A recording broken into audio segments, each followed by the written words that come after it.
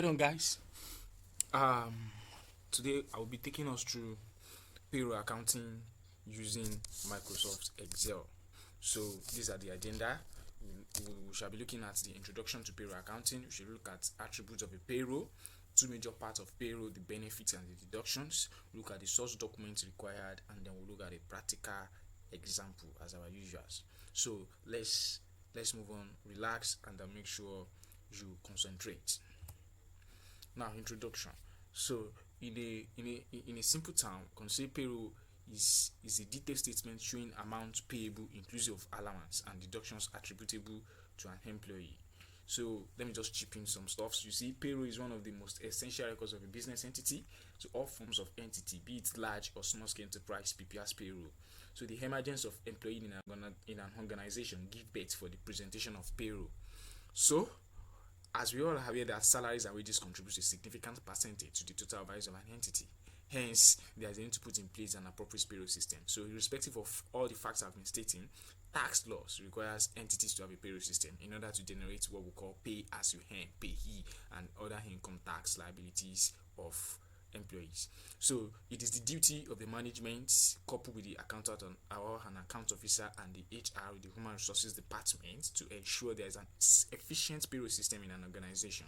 So I'm sure we all do know the benefits of preparing a payroll. So, but before that, let's move on to the attributes of a payroll.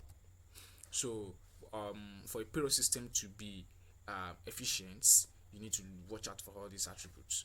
So let's take the first one. We say a payroll system must be timely and accurate. We all know information should be timely and accurate. So any person handling a payroll system, their pay should be ready on or before 20th of each month, while you keep adjusting based on activities and policies of the organization. Though it's the 20th of each month depends on the organization in which you're working with. So another thing is it must show the makeup of each employee's gross pay. All allowances and benefits embedded must be clearly stated. So we can't just have a gross pay. So let's have the analysis of all the allowances that made up the gross pay.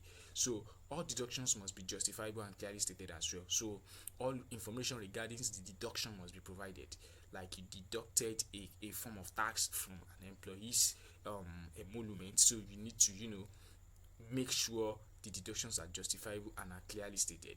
So according to the tax laws, information relating to pay as earned must be provided and the makeup of the figures. So like let's say probably Mr. A is remitting maybe 6,500 as a pay as you earn. So how do you guys arrive at the 6,500? So that's what we are saying. So now let's just move on to the two major parts of the payroll. So the two major parts of payroll is we have the benefits and we have the deductions. So the benefits are allowances, that is a fixed amount of money received by a salaried employee from his employer to meet a particular type of expenditure over and above salary. So we have as many allowances or benefits. We can have housing allowance, we can have transport allowance, we can have meals allowance, we can have utilities, among others. So and most of all these allowances, some are taxable, some are non-taxable, and some are partially taxable. So let's see the deductions. The amount weighted by an employer from employees' earnings. So it typically includes income tax, national insurance, or social security contributions, and may include group insurance or pension funds, among others. So as I said earlier, from the allowance and benefits, some deductions are statutory, whereby we have something like a national pension scheme, we have the national health insurance scheme, we have among all other statutories.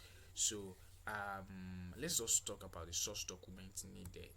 So the source document required the employment letter and the payroll register. Employment letter is meant for a new employee in an organization. Where payroll register, you can find details of the the workers, the current workers. You can find them on the payroll register, the makeup of their gross pay, the makeup of the deductions, among others. So attendance register, time recorder, and time card. So they are used to to get the information of the employee, that is the arrival and departure of an employee in an organization. And depending on in the organization in which you're working with, we have some organization like a manufacturing setting, most of them use a clocking machine, and even though some supermarket and other sets of organizations. So the pay slip, that's the take home pay. You in a pay slip you see the take home pay of each employee. So, and then the job sheets includes the type of job the person has done. In most cases, you could even see probably if there's a target, you see the target he has done, or probably what he has produced among others. So we have as many as such documents required, but these are the major ones that you just need to watch out for.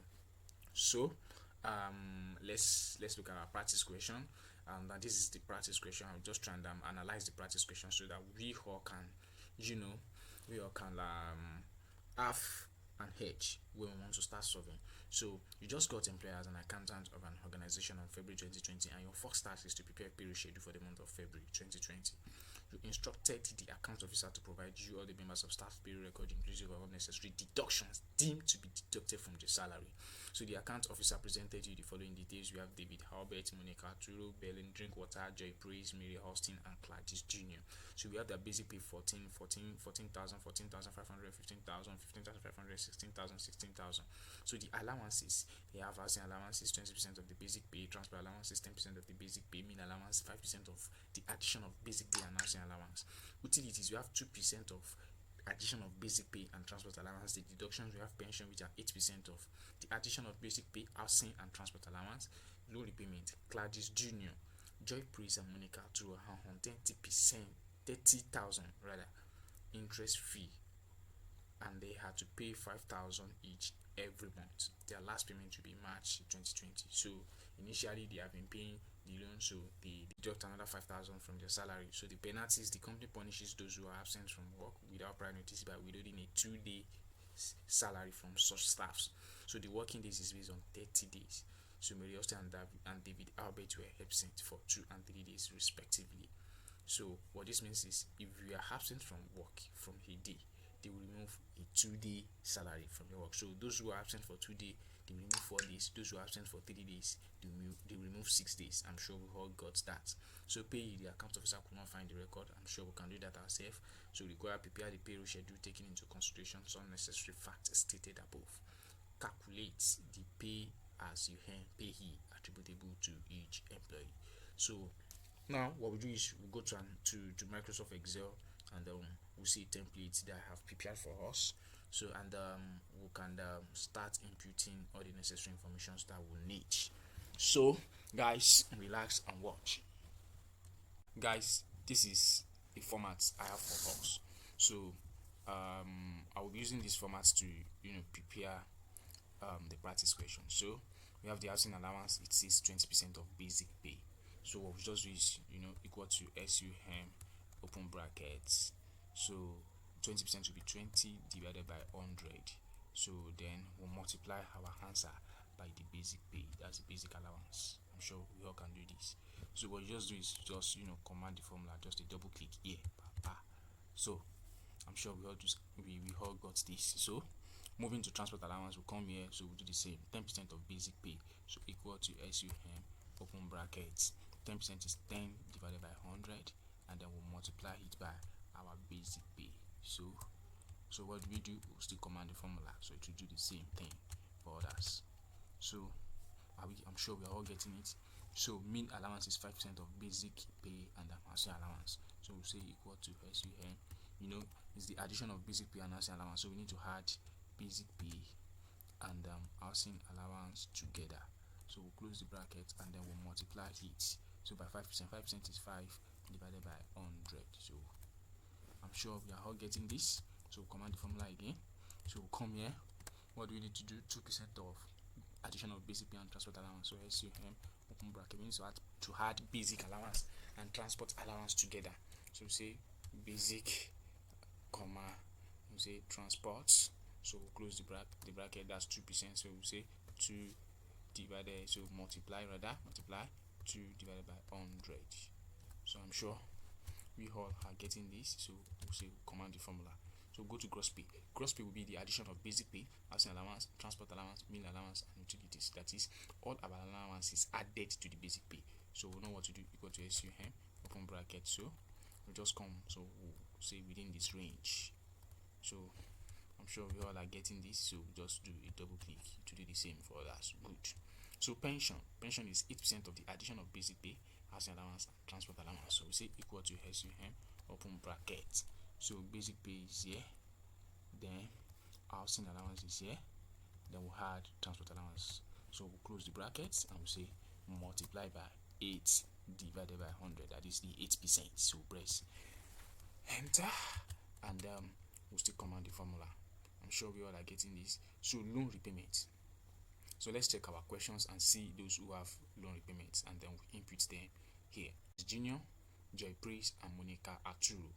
So they're on 30% loan interest fee and they have to pay 5,000 each every month. So we need to go to Gladys Junior row, Joy Praise row, and Monica Arturo, and then go to the loan repayment column and enter their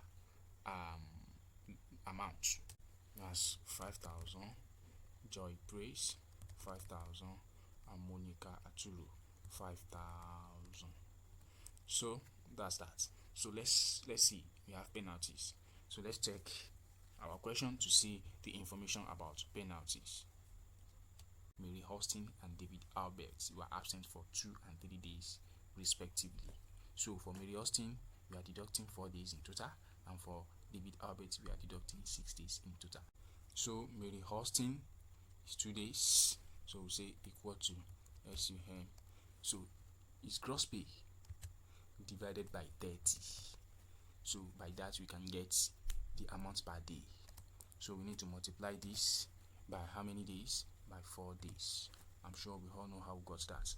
They said a person who is absent from work will be a 2-day salary will be deducted. So he was absent for 2 days. So 2 multiplied by 2 should give us 4 days. So that's how we got that. And David Albert was absent for how many days? For 3 days. So what we'll be deducting is 6 days. So we'll do the same thing, equal to SUM, open bracket. So we'll go to his gross pay divided by 30. We'll close the bracket. So by that we have gotten the pay per day. So we need to multiply it by 6. So press our enter. So we have the amount as well.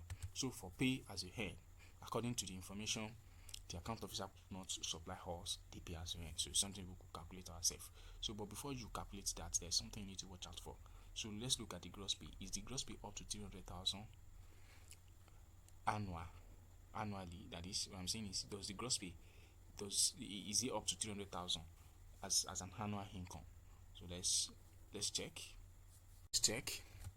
So what we'll do is 19,348 multiplied by 12. So what do we have? We have 232,176. It's not even up to 300,000. So and there is a minimum tax for that, which is 1%. That's in Nigeria. That's 1%. So let's just come here.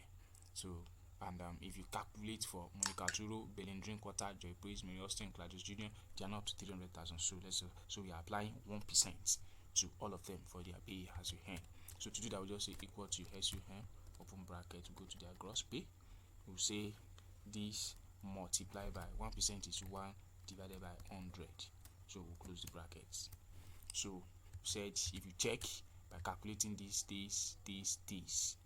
multiplying it by 12 to know the gross income, it's not up to 300,000. So you can just do this for them.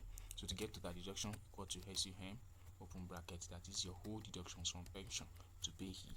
So what you do is you just double click it, so you should have it here. So to know about net pay, as a simple thing, so equal to SUM, open bracket, that's your gross pay minus net total deductions should give us net pay or take home pay, either of the two. So you just do this.